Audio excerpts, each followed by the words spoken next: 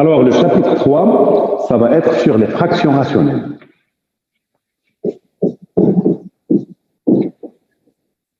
Les fractions rationnelles. Alors, avant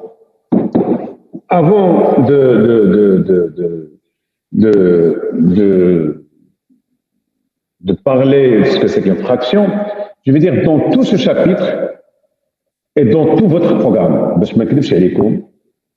à partir d'aujourd'hui, même à partir de la semaine dernière, à chaque fois je parle de cas, ça va être un corps commutatif.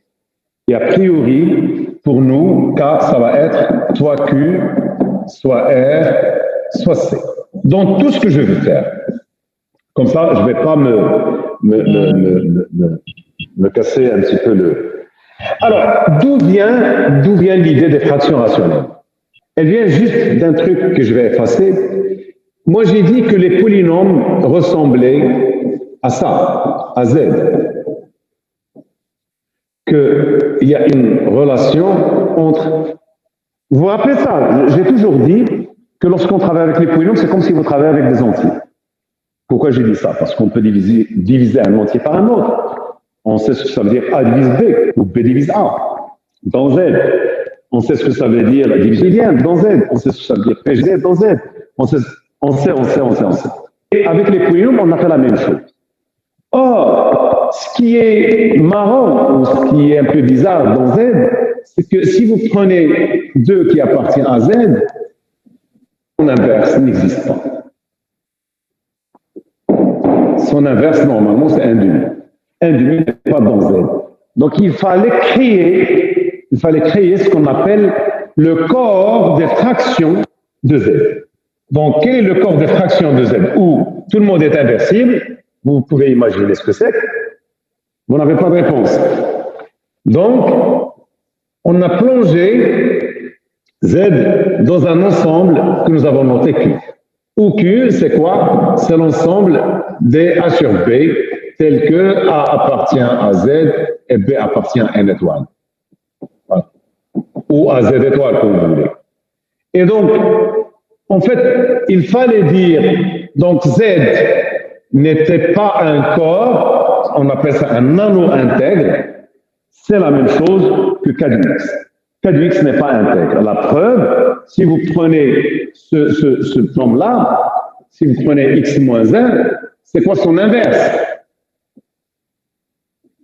Son inverse n'existe pas. C'est 1 sur X moins 1. Tiens, mais 1 sur X moins 1, ce n'est pas un polynôme. Donc, il fallait créer quelque chose qui ressemble à Q. Alors, on va créer ceci. On appelle ça le corps des fractions rationnelles. Voilà. C'est tout bête, des fractions rationnelles. C'est tout bête et c'est mathématiquement, ça donne beaucoup d'intérêt parce que si vous prenez une fraction, ça va être le rapport entre deux polynômes. C'est tout. Mais sur Q, comme ici, comme lorsque je prends une fraction rationnelle, elle est de la forme A sur B, avec A et B sont des nombres entiers. Voilà. En réalité, c'était ça le truc. C'était de pouvoir trouver un ensemble dans lequel nous avons des propriétés qui ne sont pas valables dans l'anneau des polynômes. Alors, c'est quoi une fraction rationnelle? Alors, premièrement, structure. Je vais vous dire un truc. Dans ce chapitre, c'est le dernier paragraphe qui est important. Vous allez dire pourquoi. Je vais vous dire pourquoi après.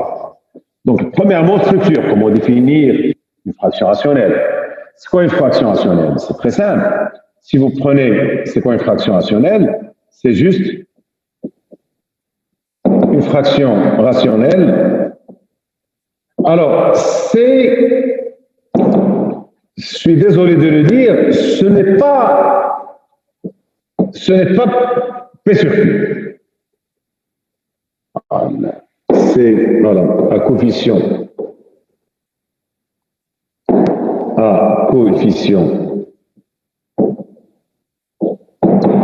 Donc, une fraction rationnelle à coefficient d'Oncam est une classe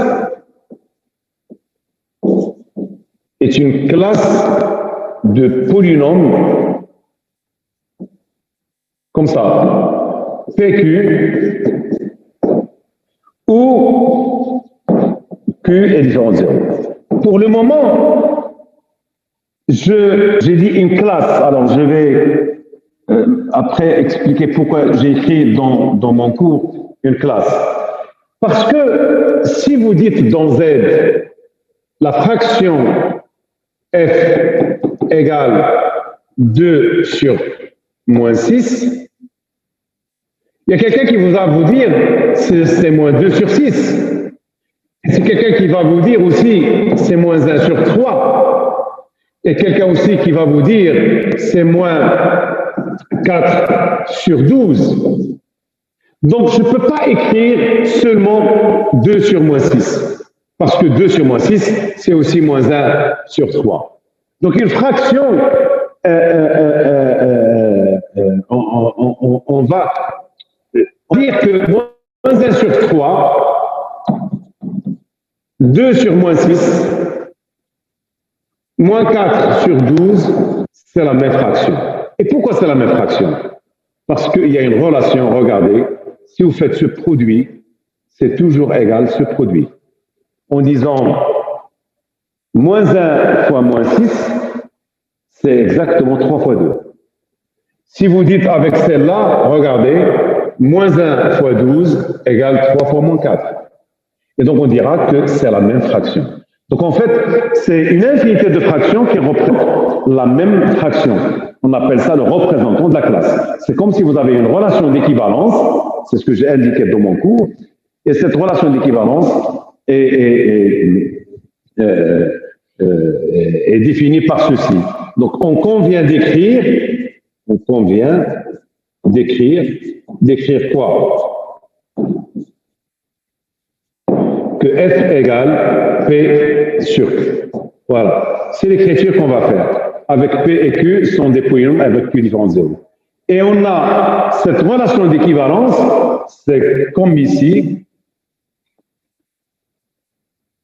cette relation d'équivalence, elle va être définie comme ça, dire si f en même temps s'écrit P sur Q, en même temps c'est P1 sur Q1, si et seulement si le produit P fois Q1 égale Q fois P1. C'est tout. Une fois que vous avez ça, on a défini donc cette relation d'équivalence en disant que une fraction peut s'écrire de plusieurs façons. Mais on va choisir la façon la plus simple. Quelle est la façon la plus simple, à votre avis? C'est de poser que... Et qu'est-ce qu'il faut prendre? Non, qu'est-ce qu'il faut prendre? Celle-là ou celle-là? Moins 1 sur 3. Moins 1 sur 3. Moins 1 sur 3. Et pourquoi on prend celle-là?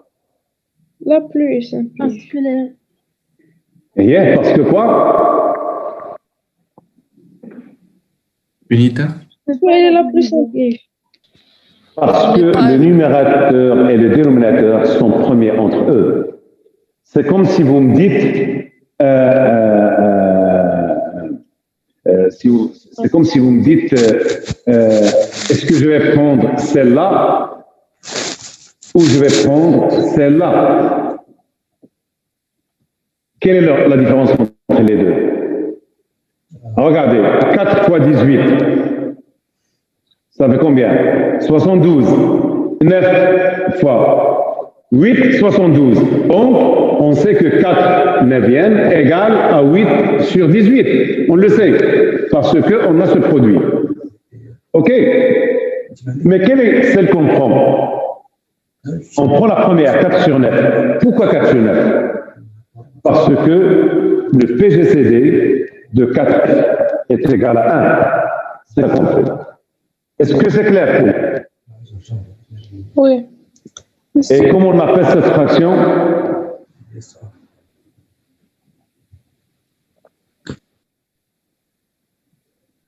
Comment on appelle cette fraction? Monsieur, Oui.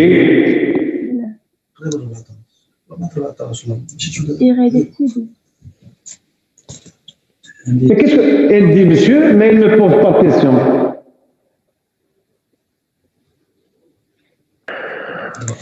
Monsieur, le PGCD, Oui. j'ai pas compris le PGCD de P et Q. C'est quoi le PGCD de P? Oh, c'est les polynômes? Les polynômes ou les entiers? C'est les entiers. Je ne vois PGCD. Le plus grand diviseur commun. Oui. Alors, quel est le PGCD? Le PGCD je dis n'importe quoi, de 10 et 15. C'est quoi le PGCD?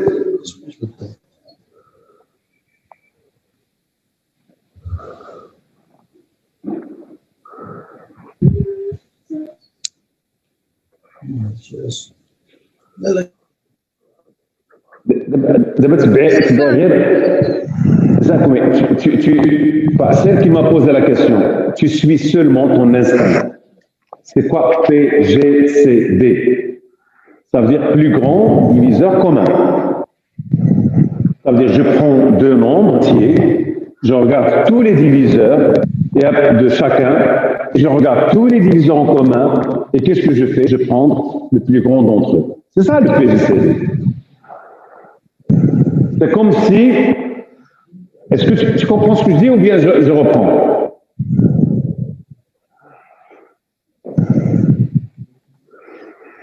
La demoiselle qui m'a posé la question.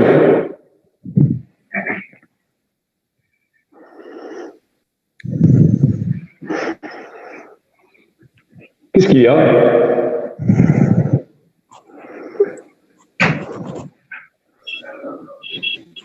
La demoiselle qui m'a posé la question. Tu ne poses pas une question, tu te sauves, non?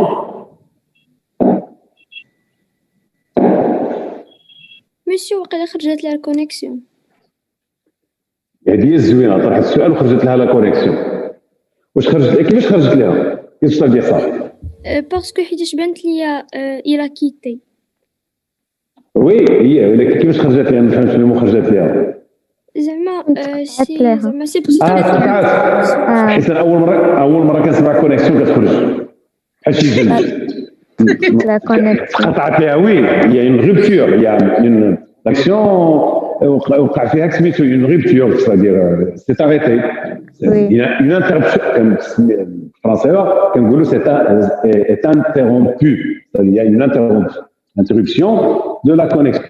Mais خرجت لها اول مره سمعتها زعما في التاريخ une connexion كتخرج. ماشي مشكل.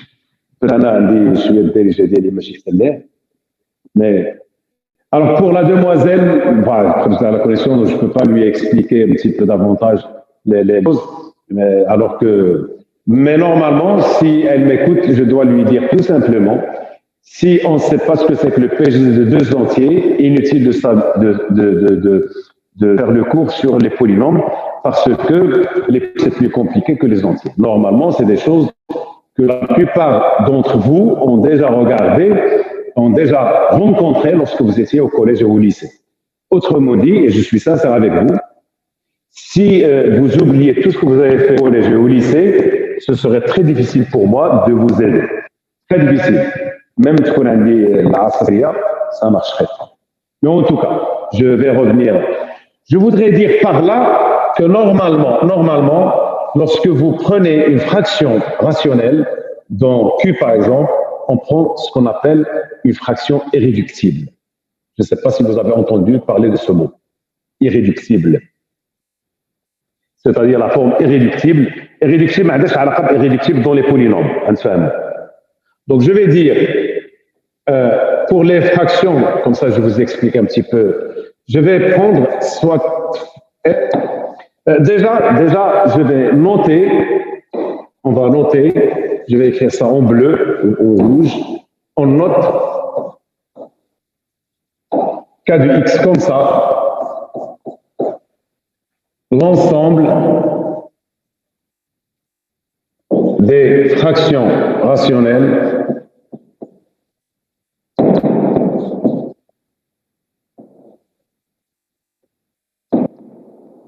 à coefficient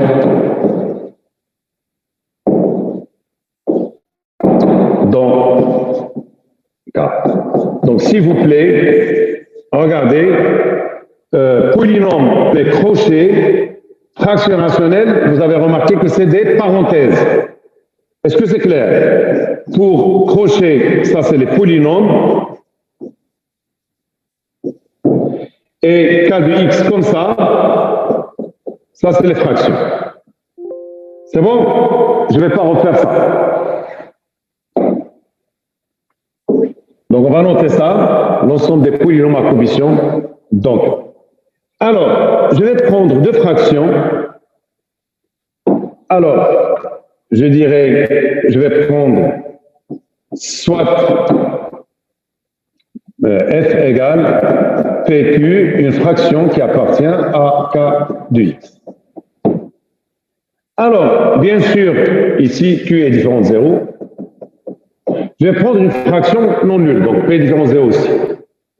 Je vais écrire soit d, le PGCD, donc deux polynômes, ils admettent un PGCD, un plus grand diviseur commun. Et dans ce cas-là, ceci implique quoi? Que P égale D fois P1 et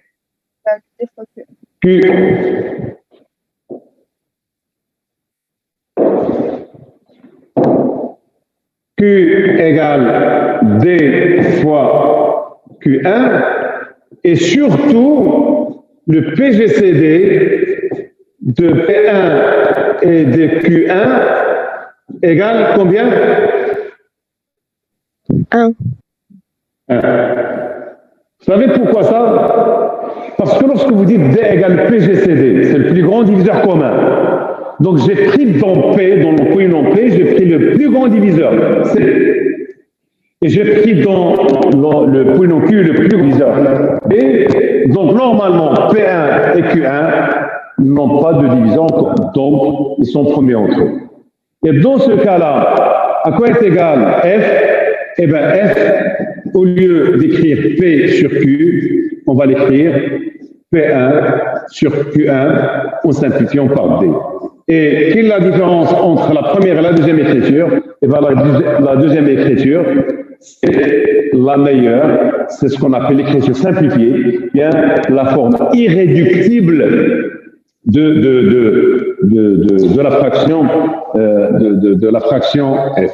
C'est comme si, donc, je dirais, f c'était p sur q égale p1 sur q1 ou PGCD ou PGCD de, alors comme ça personne ne me dit c'est quoi ce truc, ou PGCD de P1 et de Q1 égale. Eh bien, cette écriture-là s'appelle, on va lui donner un nom, s'appelle la forme irréductible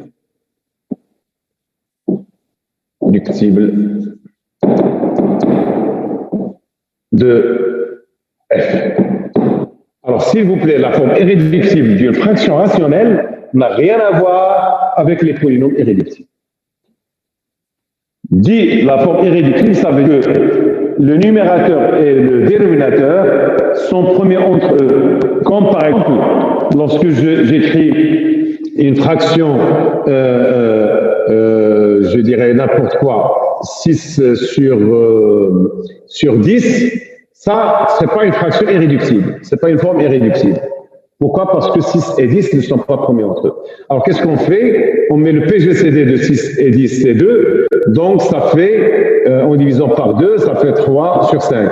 On écrit, donc c'est ça. 3 sur 5, c'est la forme irréductible de cette fraction. Voilà ce que je voulais dire par là. Alors, dernier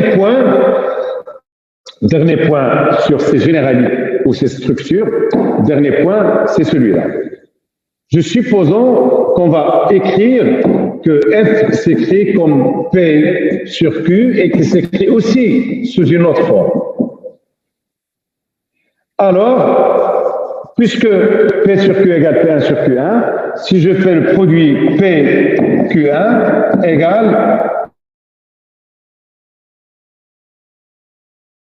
Q fois P1, sont égaux, implique qu'ils ont le même degré. Or, degré de P fois Q, c'est la somme. Donc, degré de P plus degré de Q1 égale degré de Q1, de Q, pardon, plus degré de P1. En faisant la différence, ceci implique que degré de P, et là, je vais faire...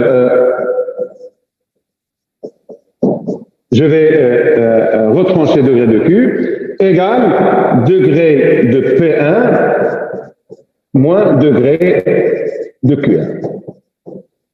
Ben, je vais encadrer ça et regarder ce que nous avons montré. Si une fraction s'écrit de deux façons, alors le degré du numérateur moins le degré du dénominateur est le même que ici. Si vous avez deux écritures différentes de la même fraction, le degré pour chaque écriture, le degré du numérateur moins le degré du dénominateur ne change pas. Ça veut dire que degré de P moins degré de Q est indépendant du choix, est indépendant. C'est ça ce que ça veut dire, indépendant du choix du choix de P et Q. Puisqu'il est indépendant, eh ben, on va lui donner un nom.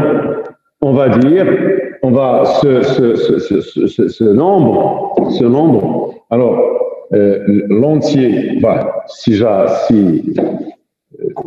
je vais juste, donc si F égale P sur Q appartient à K de X, alors l'entier degré de P moins degré de Q, c'est-à-dire la différence, est appelé degré de F, de la fraction F. La fraction F. Donc, qu'est-ce que ça veut dire degré de F? Degré de F, par définition, c'est égal à degré du numérateur moins degré du dénominateur. Voilà. Et à votre avis, qui peut me dire où se trouve ce degré?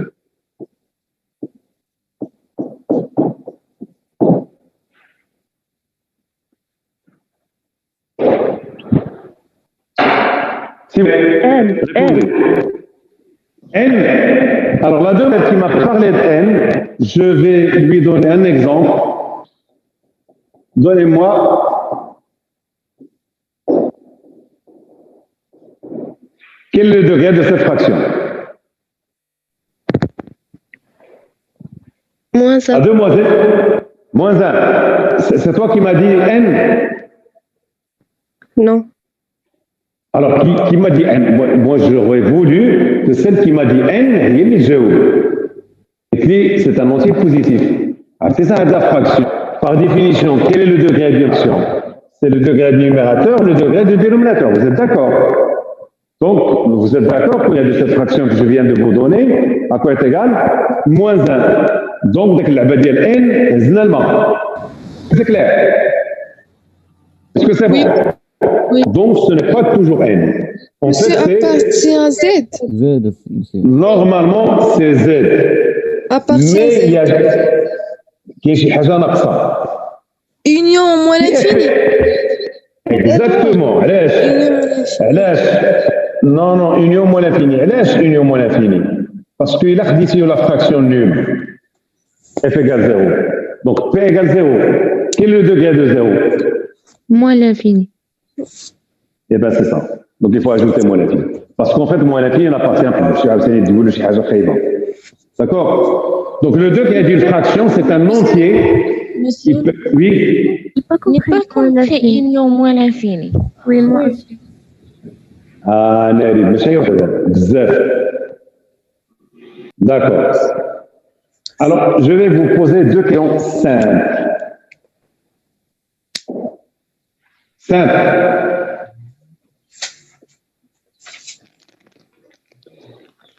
Degré de 0, à quoi est égal? Moins l'infini. Moins l'infini. Moins l'infini. Bien. Moins l'infini. Moins l'infini appartient-il à Z? Non. Non. وإذا بالله عليكم قولوا لي شنو ندير؟ عندي zéro, une fraction. Il y a zéro sur Q. C'est une fraction. Son degré, c'est moins l'infini. Yac. Ou moins le je Z. Donc, qu'est-ce que je dois faire? Dites-moi vous, qu'est-ce que je dois faire? Union moins l'infini. Eh bien, tout simplement, il faut l'ajouter. C'est-à-dire, le degré d'une fraction, c'est un élément qui appartient à Z. Il connaît il moins 1, il 1, il a quand la fraction de la forme. Le numérateur de degré 5, le dénominateur de degré 3. La fraction des degrés 2. Quand le numérateur de degré 19 et le dénominateur de degré 21, le degré c'est moins 2. Donc le degré c'est un degré qui peut être positif comme qui peut être négatif. Donc il appartient à Z. Sauf que Z a pour degré, c'est un choix que nous avons pris.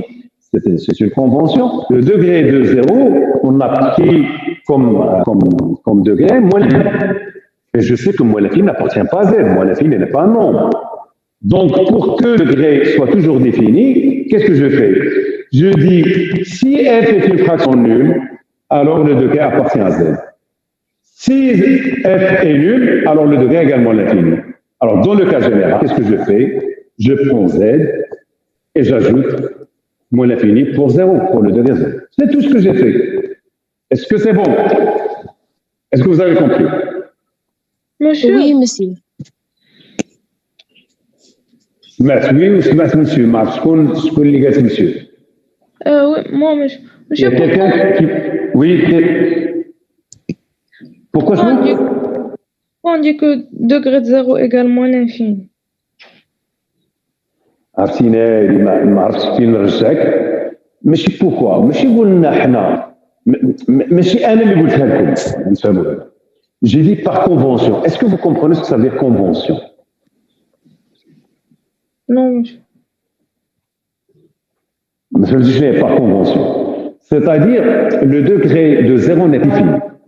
الشيء اللي شرحت لكم دابا غادي نرجعكم à chaque fois ترجعوني 2 semaines avant. Là, j'ai fait 2 semaines avant, on ne va jamais terminer. Monsieur, chapitre. Monsieur. Oui, ça c'était sur les polynômes. Oui, puis chapitre 2, le deuxième paragraphe. Je compte. La page 6. J'ai dit, si P est un polynôme non nul, on définit le degré comme étant le plus grand entier, tel que AP a un indice P différent de 0. Mais le polynôme nul, mais qui fait AP en 0? Tous les AP sont nuls. Donc le degré n'est pas défini. Alors qu'est-ce que j'ai écrit? Je ne me rappelle plus, je n'ai pas le devant moi, mais j'ai dit par convention, par convention. C'est un choix. Convention, on a choisi, on a convenu, je ne sais pas français comment vous traduire ça.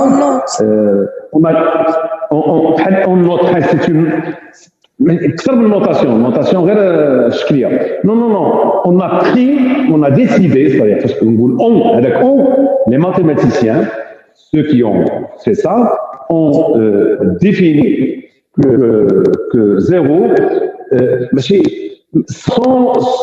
sans expliquer pourquoi ce choix. Ce choix, moi, je peux vous expliquer, sauf que je n'ai pas beaucoup de temps. Ce choix, c'était le choix le plus adapté aux propriétés de l'année. Moins l'infini, lorsqu'on a choisi moins l'infini, c'est parce que ce choix est approprié, je ne sais pas, c'est-à-dire il va avec toutes les propriétés qu'on peut démontrer sur les deux. Voilà. Donc c'est un choix, ce n'est pas un truc que nous avons démontré.